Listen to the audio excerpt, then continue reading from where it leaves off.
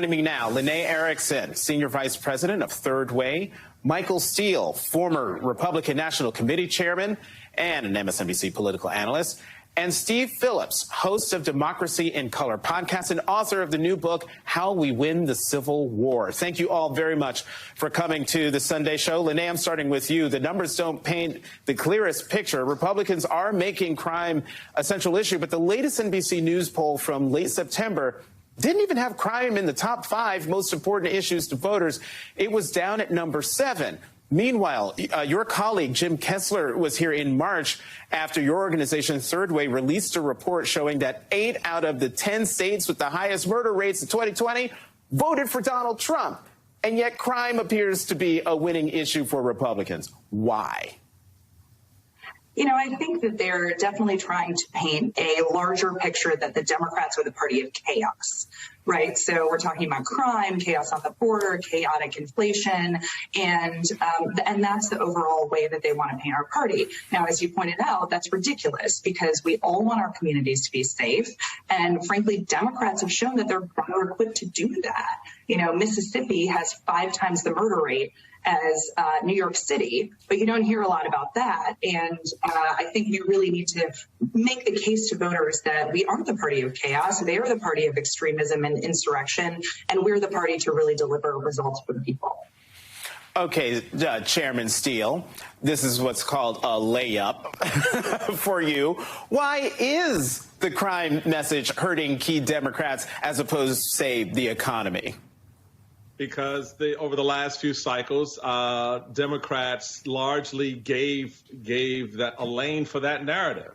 From the defund the police moment forward, that has been something that's sitting in the back of people's minds. And this period that we're in right now is reminding voters how uncomfortable they felt with that idea.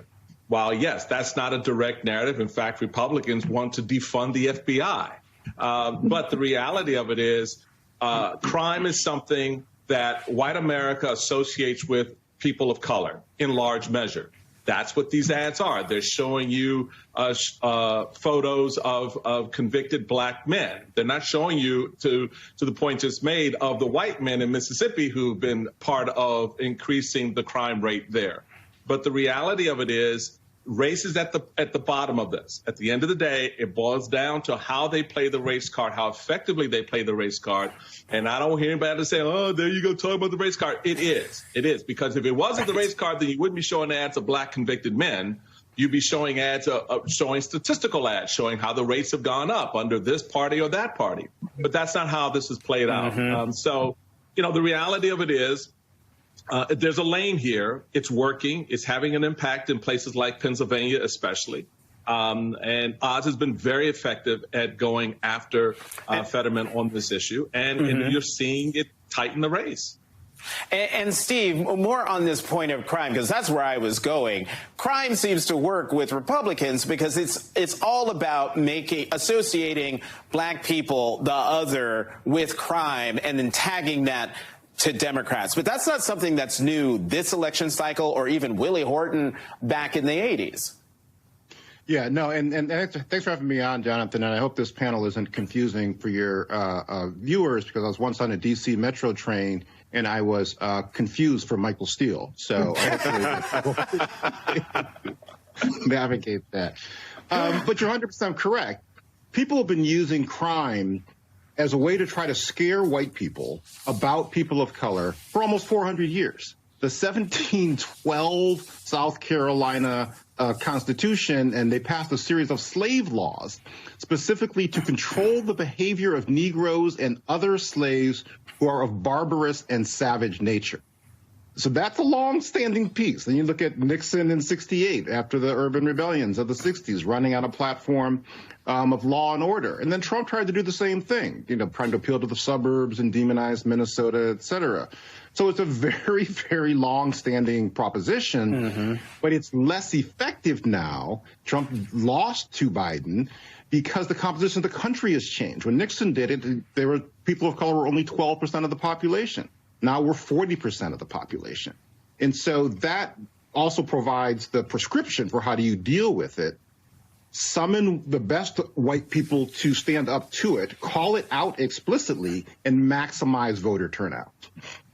And Lene, in this conversation, I'm still trying to understand how in an economy where inflation is at the highest it's been in 40 years, you have Republicans who are eschewing that message and going right to crime, which I said in the intro, the latest NBC News poll shows it as 7th in terms of concern, crime. So my question is, how do or should Democrats push back against this notion, this long-held notion in politics that Democrats are soft on crime?